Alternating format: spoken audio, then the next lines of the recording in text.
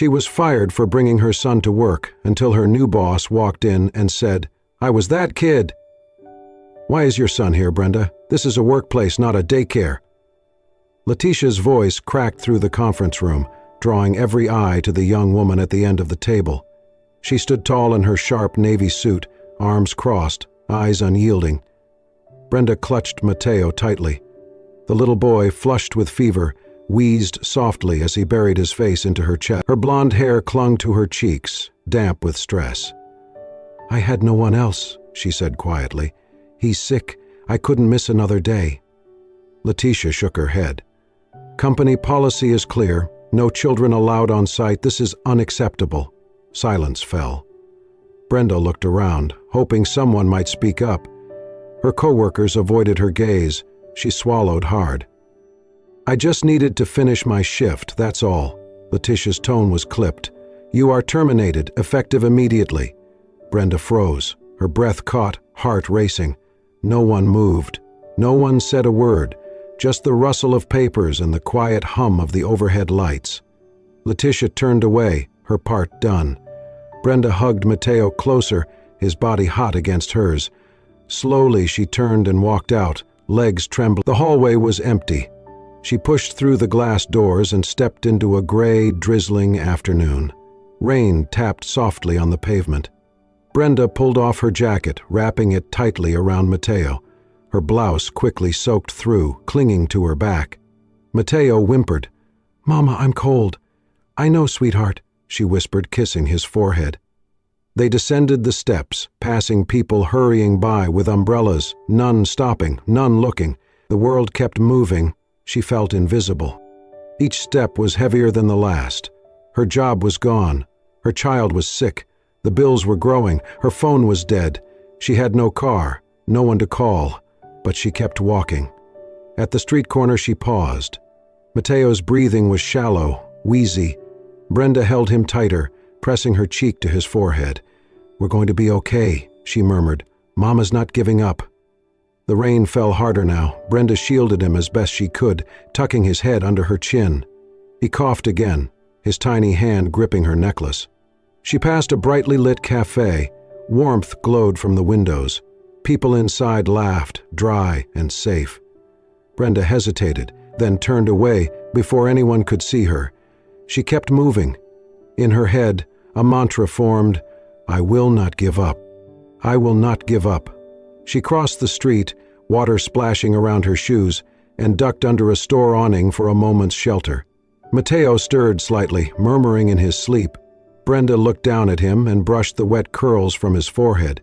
"You're gonna be okay," she whispered. "I promise." The rain didn't stop. The wind didn't ease. But she stood there, cradling her son, not in despair, but in quiet determination. She had nothing left but him, and for her, that was everything. Brenda clutched a stack of resumes, worn at the edges, the creases deepening with every rejection. She had walked from one end of town to the other, knocking on doors, speaking with managers, leaving applications at diners, convenience stores, gas stations, even janitorial services. Each conversation ended the same way. Polite smiles that faded once they asked about her last job. The moment the word terminated appeared on her record, the tone shifted. "I'm sorry, ma'am. We're looking for someone with a more stable history." "HR flags that kind of dismissal. Nothing we can do.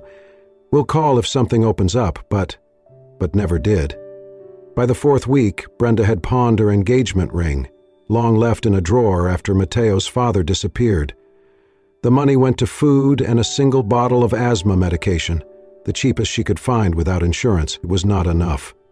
One night, as the wind howled outside the shelter of a half-lit gas station restroom, Matteo's breathing turned shallow, rapid. His little chest heaved with each inhale. Brenda crouched beside him, holding the inhaler tightly, whispering, "Just breathe, baby. Please breathe." She counted to 10 with him, trying to keep her voice calm, tears burning behind her eyes. He nodded, trusting her completely. He had no home, no savings, and a child who needed more than love could provide. The gas station attendant, an older woman named Carol with tired eyes, took pity and let them stay in the employees' restroom during the night. It was not much, just a bench, a blanket Carol had pulled from her car, and a flickering fluorescent light. But it was dry and warm enough to keep Matteo safe. During the nights, Brenda cleaned, mopping bathrooms, refilling paper towels, wiping greasy doorknobs and trash bins. She worked in silence, her hands raw, knees aching. The smell of ammonia and bleach filled her lungs, but it kept her awake. Every dollar she earned was counted 3 times before she spent it. One evening she returned to the restroom after her shift. Matteo lay curled under the thin blanket, breathing steady at last. His face was peaceful in sleep, cheeks slightly pink from fever. Brenda sat beside him, smoothing back his hair. She leaned down and kissed his forehead gently, whispering into the darkness, "You did so good today, sweetheart. Mama's proud of you." He stirred slightly, murmuring, "I love you, Mama." Her throat tightened. She looked at the clock on the wall. It was nearly 3 a.m. Her shift would start again in less than an hour. She could barely feel her legs, and her arms trembled from exhaustion. Brenda pulled the blanket tighter around him and tucked the inhaler close to his chest. Then she whispered, "Sleep well, my little lion. I'll be right back." She stood, quietly shutting the door behind her. The hallway was empty. The fluorescent lights above buzzed faintly as she picked up the mop and bucket. Her body ached, her eyes burned, but her resolve remained steady. She would clean every floor in the city if it meant Matteo could breathe, if it meant he would smile again without a wheeze in his chest. She whispered it to herself like a quiet prayer. "I'll come back. I always come back." Brenda had grown used to the quiet knock on her door each morning, 3 soft raps, a pause, then a gentle voice in Spanish. "Mija, I brought you something." It was Mrs. Maria, her neighbor from down the hall. The older woman had weathered her own storms in life, raising 4 children alone, surviving layoffs, scraping together dignity through sheer will. Brenda had once helped her carry groceries upstairs. Since then, Maria had watched over her like a guardian angel, in worn slippers and a headscarf that always smelled of lavender. That morning, Maria handed Brenda a folded flyer. "Soluciones Rivera," it read in bold letters across the top. "Now hiring, afternoon janitorial staff, no diploma required." Brenda stared at it like it might vanish. "They're a cleaning company," Maria explained. "They take care of office buildings mostly. It is not glamorous, but it is steady." She looked at Matteo, who sat nearby drawing superheroes on scraps of cardboard. "And they are run by our people. Maybe they understand." Brenda clutched the flyer. "Thank you. I'll go right now." The next day, she and Matteo took 2 buses across town. Matteo clung to her hand, his little legs tired before they even arrived. The building that housed Soluciones Rivera was plain, made of gray brick, with a modest lobby that smelled faintly of lemon and floor polish. Brenda signed in at the front desk and was handed a short application. She sat in a plastic chair, balancing the form on her knee, trying not to let her hand shake as she filled out her name, past employment, and the question she dreaded: "Have you ever been terminated from a job?" Her pen hovered over the checkbox for a moment. She checked yes. Matteo coughed beside her, a deep, crackling sound that startled a receptionist. Brenda placed her hand on his back and whispered, "Shh, it's okay, baby." He leaned against her shoulder, breathing heavy. The inhaler was nearly empty again. At that moment, a man walked through the lobby, deep in thought, holding a set of keys and a phone. He wore dark jeans, a white button-up shirt with the sleeves rolled up, and a look that suggested he had not slept much. His hair was graying at the temples, and his eyes, dark and observant, caught on Matteo. He slowed his step. Brenda noticed him glancing their way. For a moment their eyes met. His gaze flicked to Matteo, then back to her. There was something in his expression, not pity, not judgment, but a flicker of memory, recognition. Then just as quickly, he nodded politely and moved on. Brenda finished the form with trembling fingers and handed it back. She did not expect to hear from them. But the next afternoon her phone buzzed. "Ms. Lopez?" This is Elena from Solsalunsis Rivera. We'd like to offer you a part-time custodial position on the afternoon shift. You'd start tomorrow." Brenda's mouth fell open. "Wait, really?" "Yes, and we understand you may need to bring your child. There is a break room available, as long as he stays safe and out of the work zones." Brenda could barely speak. "Thank you. Thank you so much." She hung up and pulled Mateo into her lap. "We got it, baby. Mama's working again." The next day, Brenda stepped into the company's modest headquarters with her son beside her. The staff was kind, many of them immigrants like her, speaking a blend of English and Spanish. Elena, the supervisor, showed her where the supplies were stored and pointed out the employee break room, a small space with a couch, a mini fridge, and an old TV that still played DVDs. Mateo sat quietly on the couch, sketchbook in hand, while Brenda got to work. She scrubbed floors, emptied trash, and wiped glass doors. It was hard physical work, but she was grateful for every second. At one point during her shift, Brenda glanced through the glass window into the hallway and saw the man from the lobby again, Bruce Rivera. He paused briefly when he saw her working, then gave a small nod, one of acknowledgement rather than superiority. She nodded back, unsure of who he truly was, but in that moment she felt something shift. A door had opened, and this time she was walking through it. Every afternoon, Brenda slipped on her gloves and got to work. She scrubbed restroom sinks until they shone, mopped scuffed tile floors, and wiped smudges off glass doors until her reflection stared back clearly. She did not complain, she did not pause. Even when her back ached and her hands stung from cleaning agents, Brenda carried on because just down the hall, in a small break room with a worn couch and faded walls, her son was safe. Mateo stayed curled up with his sketchbook, crayons worn down to stubs, drawing stick-figured heroes and crooked hearts. Brenda checked on him every hour. She would rush in, crouch down, and wipe the sweat from his brow with the corner of her sleeve, even if it still smelled of ammonia and bleach. "You okay, baby?" she whispered each time. Mateo always nodded, too tired to speak, but his eyes always searched hers for reassurance, and she gave it, quietly, with a soft kiss on his forehead and a hand brushing back his curls. It was a rhythm they learned together. Brenda cleaned, Mateo rested, and the hours ticked by like fragile promises. One Wednesday afternoon, something changed. Brenda walked into the break room to check on her son as usual and stopped in the doorway. Mateo was sitting up, eyes wide, hands frozen above a small table. Spread out before him was a neat array of treasures: a brand new box of colored pencils, 2 thick comic books, and a small stuffed lion with soft fur and a crooked smile. He looked up at her. "Mama, where did this come from?" Brenda stepped closer, her breath catching. I don't know." She picked up the box of pencils, flipping it over as if some explanation would be printed on the back. Nothing. She opened one of the comic books, still crisp, still smelling of new paper. Her fingers trembled slightly as she placed it back down. Mateo's eyes sparkled with the kind of joy she had not seen in weeks. "Can I keep them?" he asked quietly.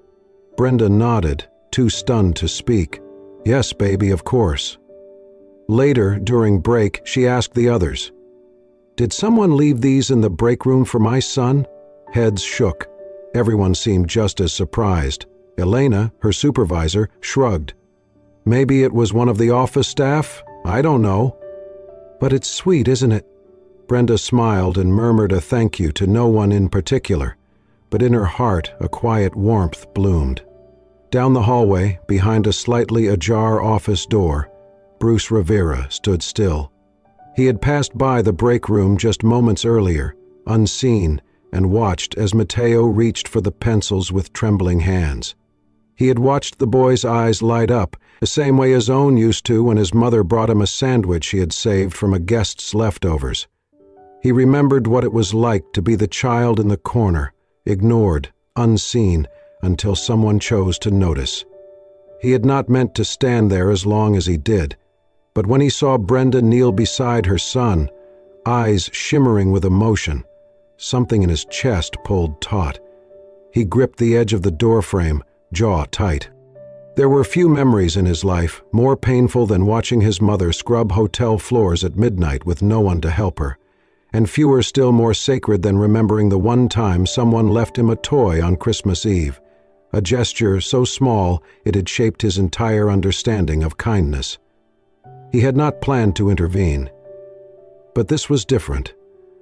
That night, Brenda sat beside Matteo as he drew with his new pencils. He colored a superhero with curly hair and a lion by his side.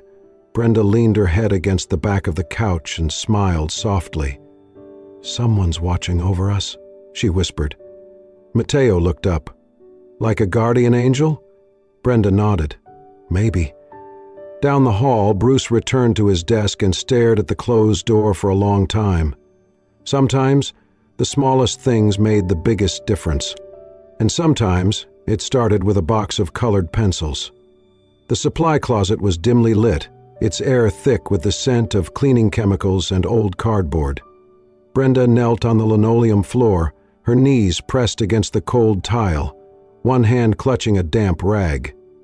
Matteo lay nearby on a folded towel, his face pale, eyes glazed with fever. To make him smile, Brenda twisted the rag into the shape of a puppet, wiggling it back and forth in front of him. "Look, Matteo, Senor Sock is here to rescue the day," she said in a funny voice, letting out a squeaky laugh. She danced the makeshift puppet across his blanket, making exaggerated voices and silly movements. Matteo giggled softly, his breath raspy, but his smile bloomed across his tired face. Through the crack in the closet door, Bruce stood motionless. He had come down to check on a shipment, but stopped when he heard laughter. Small, wheezing, but real. What he saw paralyzed him. Brenda, kneeling there, with sweat on her brow and stains on her uniform, looked exhausted. But she was smiling. She was making her son laugh in the middle of a utility closet, using nothing but a dirty rag and her heart. Bruce stepped back quietly and returned to his office. He sat down slowly, behind his desk, stared at the ceiling, and rubbed his eyes. But it was not fatigue that burned them, it was memory. He saw his mother again, decades ago, in the back of a cheap motel where she worked as a night cleaner. He was 5, feverish and scared. She had no toys, no medicine, nothing but 2 mismatched socks she turned into dancing puppets. They made him laugh then, too, just like Matteo. And just like Matteo, he had no idea how tired she must have been. 3 days later, the skies opened with a vengeance. The rain fell in thick sheets, flooding gutters and washing over the parking lot of the Rivera building. It was nearly 7 p.m., and most of the staff had gone home. Brenda exited the side door, holding Matteo tight against her chest, his head buried in her jacket. She had no umbrella. Only a fraying coat she wrapped around them both, shielding him from the wind and rain. As she stepped into the downpour, a shadow moved beside her. A large, dark umbrella opened above them. Brenda turned in surprise. Bruce stood next to her, silent, steady. Rain pelted around them, but under the umbrella it was quiet, almost sacred. For a long moment he said nothing, just walked beside her across the slick asphalt. Matteo peeked out from her jacket, eyes wide. When they reached the edge of the lot, Bruce stopped. He handed her the umbrella. "No one who tries that hard to do the right thing deserves to walk in the rain," he said softly. Then he turned and walked back toward the building without waiting for thanks. Brenda stood there, umbrella in one hand, her son in the other, stunned into silence. From that day on, something shifted. She started to notice him more. How he always arrived early, how he asked employees about their families, how he lingered for a moment outside the break room as if checking that Matteo was okay. He never asked for recognition. In fact, he seemed uncomfortable with it. Brenda began to understand him in ways she could not explain. A week later, Matteo entered the main office with a folded piece of paper. Brenda had asked him to wait in the break room, but he had wandered off with quiet determination. Bruce was at his desk, reviewing invoices, when the boy appeared. "This is for you," Matteo said, holding out the paper. Bruce took it and unfolded it carefully. It was a drawing. A tall man with an umbrella stood over a woman and child in the rain. A smile stretched across the child's face. Above it, Mateo had written in block letters, "Thank you, Mr. Bruce. You're like a quiet superhero." Bruce's throat tightened. He looked at the boy, who simply shrugged and said, "Mama says people like you save the day without making noise." He reached out and gently ruffled Mateo's hair. "I'll keep it safe," Bruce said, his voice hoarse. And he did. He taped it to the inside of his office cabinet. That night he placed a small, labeled inhaler inside Brenda's locker. There was a note, "For the breaths that matter most." He also called Elena, the supervisor, and arranged to cover the cost of Brenda and Mateo's lunch for the rest of the month. Anonymously, of course. He was not trying to be a hero. He was just trying to repay a kindness once given to him, long ago, by a woman who had nothing but never let him feel it, just like Brenda. It was a quiet Tuesday afternoon when Bruce walked into the break room holding a small paper bag. "I thought Mateo might like these," he said, placing the bag gently on the table. Brenda looked up from where she was wiping down the counter. "More cookies?" she asked, with a playful smile. Bruce said he likes the ones with the chocolate chips and caramel. I figured I'd try to get it right this time. Mateo peeked into the bag and lit up. "Mama, they're still warm." Brenda watched as Bruce sat beside her son and listened to him chatter about his drawings, his favorite superhero powers, and the comic book he was trying to write. Bruce smiled, nodded, even laughed when Mateo said he wanted to be a super cleaner like his mom. When Mateo ran off to the corner to draw, Brenda found herself watching Bruce more closely. "I've always wondered," she said softly, "why do you care so much about us?" Bruce looked at her, the amusement in his eyes fading just a little. His smile thinned. He was quiet for a moment before replying. "Because I was Mateo," he said, "and my mom, she was a Brenda, strong, stubborn, tired all the time, but she never gave up." Brenda blinked, surprised by the honesty, the weight behind his words. He continued, eyes distant. "She used to sneak me into hotel closets while she cleaned night shifts. I remember sleeping on towels, hearing her hum lullabies while she scrubbed floors." Brenda didn't speak. For the first time, she saw Bruce not just as the man who quietly helped them, but as someone shaped by the same kind of pain, someone who had learned empathy through survival. In that moment, the air between them shifted. The boundaries blurred. A few days later, the company held its annual anniversary celebration. Folding chairs lined the warehouse floor, a small stage at the front decorated with balloons in Rivera blue and white. Employees gathered, laughing, eating cake, chatting in English and Spanish. Brenda stood in the back, wearing her cleanest uniform, Mateo beside her in a slightly too big button-up shirt that Maria had ironed for the occasion. When Bruce stepped onto the stage, the room quieted. "Thank you all for being here," he began. "Solutions Rivera was built by people who understand struggle, who know what it means to work hard with little and to dream despite it." He looked out over the crowd. His gaze landed on Brenda. "I want to tell you a story," he said. "When I was a child, my mother was a janitor. She worked nights, scrubbing floors in silence, hiding me in utility closets because we could not afford childcare. She never complained, never asked for help, and no one ever offered it." The room was still, the air thick with emotion. "A few weeks ago, I saw a young mother doing the same thing," Bruce continued, "tired, overworked, and loving her son with every breath she had left. I saw her, and I remembered." He paused, swallowing hard. "I am proud to work alongside someone like Brenda Lopez. Her strength, her grace, her commitment, she is everything this company stands for." There was a beat of stunned silence before the applause erupted, loud, lasting.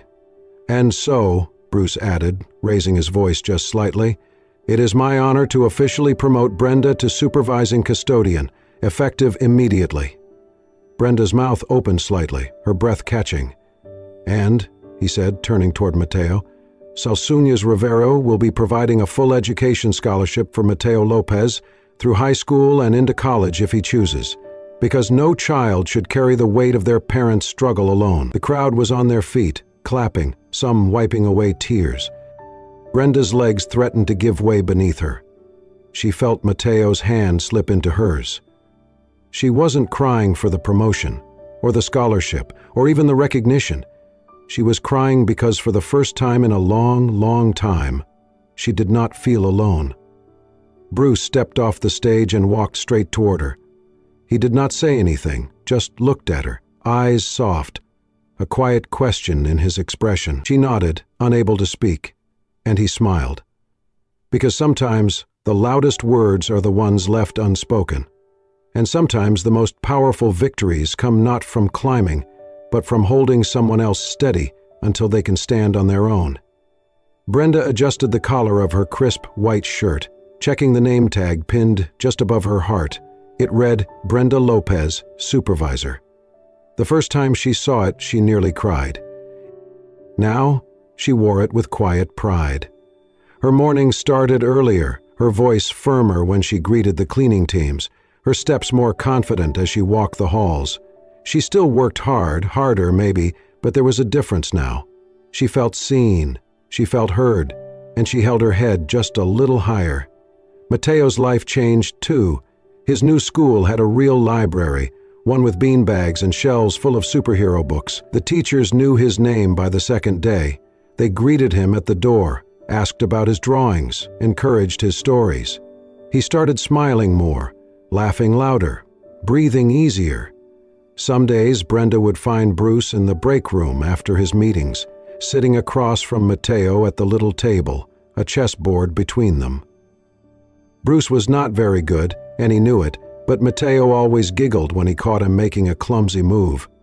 Other times, Bruce would bring a new comic book, pretending it was just lying around his office. Mateo would leap into his arms with unfiltered joy. Brenda would watch from the hallway, her arms crossed over her chest, smiling despite herself. She and Bruce never talked about what was happening between them, but the air was different now. When they passed in the hall, his eyes lingered a little longer. When he asked how her day was, the question always carried weight, and when she answered, he truly listened. They moved in slow, unspoken steps. Two people not rushing toward something new, but quietly healing from something old. One Thursday evening, the rain came fast and hard. Thunder echoed off the building walls as lightning lit up the sky. Brenda stayed late, catching up on reports and helping a new team member get oriented. By the time she clocked out, the hallways were dark and silent. She walked toward the exit, Mateo already waiting with Elena in the break room. But something caught her eye just outside Bruce's office. On the floor was a neatly folded raincoat, brand new, deep blue with a hood. Next to it sat a small takeout container, steam still curling from the edges. A simple note lay on top, written in strong, clean handwriting. "Thank you for not giving up." Brenda stood frozen for a moment. She picked up the note, fingers brushing over the words. The scent of warm rice and grilled chicken drifted up from the container. Her throat tightened. She slowly turned her head and saw him. Bruce was standing at the far end of the hallway, leaning slightly against the doorframe. He did not move toward her. He did not say a word. He simply nodded once, a soft smile tugging at his lips. And in that single look, Brenda felt everything. Gratitude, yes, but also admiration. Care, something more than kindness. She clutched the raincoat to her chest. In that silent, rain-soaked moment she knew what they had was no longer just about a second chance. It was the start of something neither of them had dared to believe in again, something that began not with fireworks, but with small, steady gestures. And a note that said more than any grand speech ever could. The rooftop was quiet. High above the city's gentle Sunday hum, the late afternoon sun spilled across the concrete in golden streaks. A soft breeze stirred the corners of Brenda's blouse as she stepped out onto the terrace, the door clicking shut behind her. She squinted slightly against the light, and there he was. Bruce stood near the edge, hands in his pockets, gaze cast over the horizon. The setting sun painted the sky in shades of orange and pink, like the world had decided to slow down just for them. She walked toward him, her footsteps light but steady. "You said it was important," she said softly. He turned, that familiar smile tugging at his lips, the one that always felt like a secret between them. "It is," he replied. For a moment they simply stood there, two people shaped by storms, now meeting in the calm. Bruce reached into his jacket pocket and pulled out a small box. No velvet, no ceremony, just simplicity. He opened it and revealed a silver bracelet, thin, elegant, understated. On the inside, one word was engraved in small, clear letters: always. "I am not proposing," he said gently, eyes never leaving hers. "I do not have a speech or a plan or anything fancy to offer." He stepped closer. "I just want to say this." He held out the bracelet, his voice quiet but unwavering. "I cannot promise forever. I cannot promise easy. But I can promise this. I will always be someone you and Mateo can lean on. Whenever you need me, however you need me, even if it's just to sit beside you and listen." Brenda looked down at the bracelet in his hand, then up at the man offering it. Not a knight, not a savior, but something more rare, someone real. She did not speak right away. Instead, she reached out, took the bracelet and held it gently. Then, with the faintest smile, she looked back at Bruce and stepped forward. Her arms wrapped around him, firm and certain, not because she needed rescuing, but because someone finally stood beside her and saw her not as a burden, not as a symbol, but as a person worth choosing. She rested her head against his chest. "Thank you," she whispered. Bruce closed his eyes and held her close, the city stretching below, the sky turning softer with each passing second. A sudden shout broke the stillness. "Mama!" Mateo came bounding onto the rooftop, cheeks pink from running, hair tousled by the wind. He skidded to a stop when he saw them embracing, and his face broke into a grin. "You're smiling, Mama," he said breathlessly, eyes wide. "You look like a superhero now," Brenda laughed, a clear, bright sound that echoed gently in the quiet air. She opened one arm, and Mateo ran into it without hesitation. Bruce knelt beside them, pulling the boy into the circle of warmth. The three of them huddled together, the sunset draping its golden light over their shoulders like a soft blanket. No wedding, no grand declaration, just the kind of love that grows quietly, like a seed planted in the dark and watered with hope. They stood there for a long while, watching the world below. They did not need to say anything else, because sometimes family is not defined by blood or vows. Sometimes it is simply the people who stay, who see the worst parts of you and choose to stay anyway. And in the glow of that fading sun, with a bracelet that said always, a boy who finally felt safe, and two hearts finally steady, Brenda realized something. She did not need a perfect ending. She just needed this moment. And it was more than enough. If this story touched your heart, reminded you of the quiet strength in love, or simply made you believe in kindness again, we hope you'll carry its message with you. Because sometimes the most powerful stories are not the loudest. They are the ones that whisper gently, "You are not alone." If you want more stories like this, tales of resilience, compassion, and unexpected connections that restore your faith in humanity, please subscribe to Soul Stirring Stories. Let us walk with you, one story at a time. Hit that subscribe button. Your next heartwarming journey begins here.